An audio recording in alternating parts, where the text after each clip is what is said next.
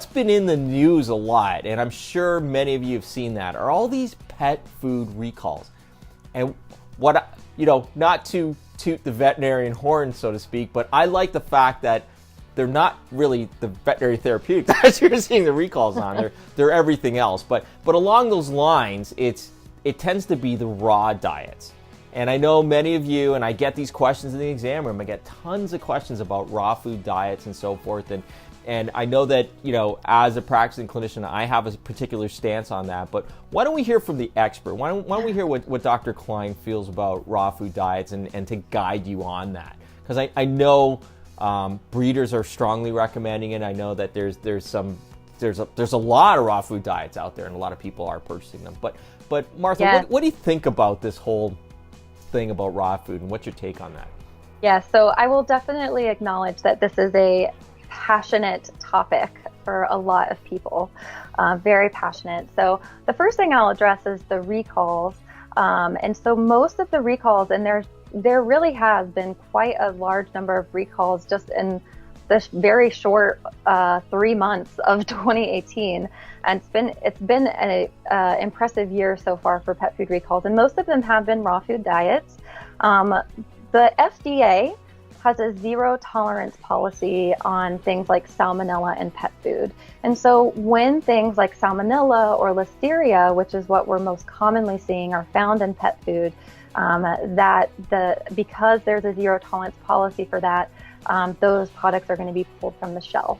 And so the one thing that I'll say is that people were looking for it.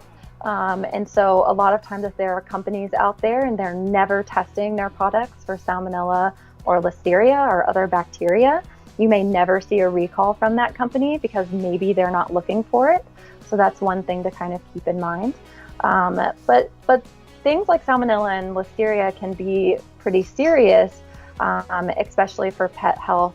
And then also the big thing, and the reason why it is such a controversial topic, is because of the public health interest. And so when I mean by that is that it's not something that can just make pets sick, but it's something that can make people sick as well. And so for me, if you're listening to this and you feed a raw diet, or you don't feed a raw diet and feel strongly against it, or you really don't know anything about it, I think the biggest thing is, even if you are a supporter of raw food diets, it is important to recognize that there are some inherent risks associated with it. And that's primarily coming from the bacterial, sometimes parasitic, depending on what kind of meats we're feeding, that can be associated with that. And it is possible that an animal can become sick from that bacteria or that parasite. And in some cases, we're concerned about that rolling over into people as well and making people sick. And so that's definitely something that can occur. When I have worked with pet owners that want to feed a raw diet, I do educate them on the risks that are associated with that. If that's something that they want to continue doing, then we talk about things like safe handling practices. Often I'm going to make them use or request that they use disposable bowls and things like that, so we can try to minimize that bacterial contamination as much as possible. But to me, there's really no surprise why there's bacterial contamination in these diets. It's raw meat. So, and when I go to the grocery store and I buy chicken for myself, I'm going to cook it because I assume that there might be bacterial contamination on that, and I want to kill it because I don't like vomiting and I don't like diarrhea. Nobody does. Nobody likes doing that. And so I'm going to cook my meat, and I'm going to make sure that, and like if I'm cooking meat that I might keep a little on the rare side or not cook thoroughly, I actually use a meat thermometer and I measure it and make sure I'm hitting those appropriate levels. So especially if people are home preparing raw meat-based diets, they are, because there is allowable amount of bacterial contamination that's allowed to be out there on food for human or meat for human consumption, because the USDA assumes that we're going to cook it, they are probably exposing their dog or their cat to bacteria or parasites at some point.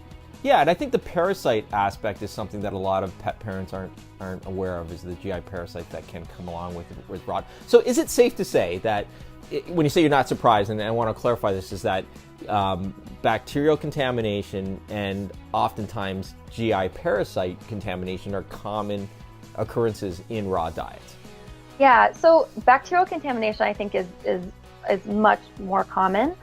In terms of parasites, the thing that gets reported most often is actually a parasite called toxoplasma, which is a parasite that cats will carry.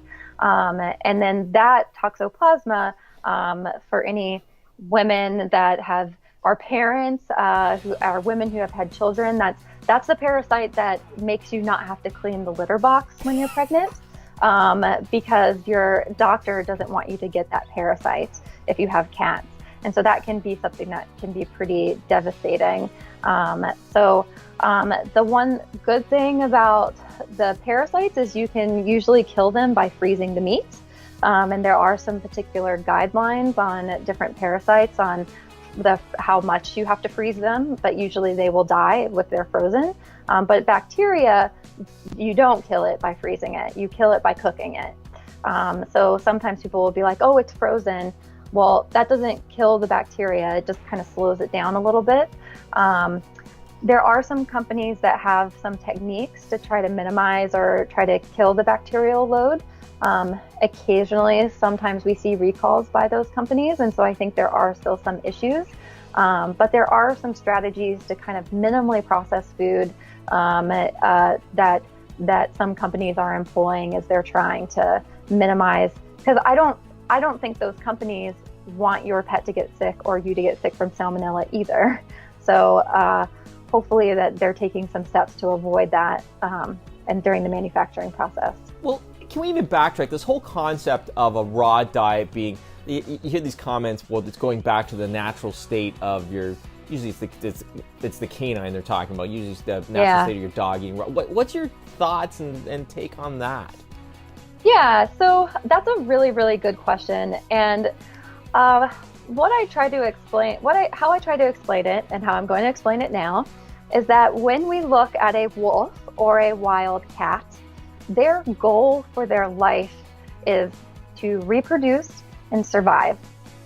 When I look at my dog, and my dog's name is Dave, so when I look at Dave, my goal for Dave is I want him, well, one, he's neutered, so he's not reproducing.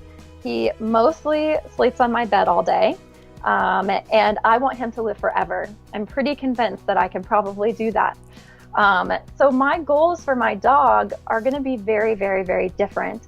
And so when I look at a diet for a wild animal, which is going to depend on the season and what's available to them, that is going to provide adequate nutrition.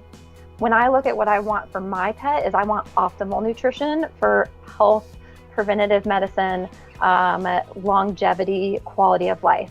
So our goals are actually quite different when you look at a wild animal that is outside trying to survive and breeding compared to my dog that I expect is going to live forever and also have the best quality of life possible. I think that's great that you want Dave to live forever anything as possible. So that says a lot about nutrition. Yes, there's a lot of things. I think nutrition is a wonderful preventative medicine. So. Oh, that's a great statement. Nutrition is a wonderful preventative medicine.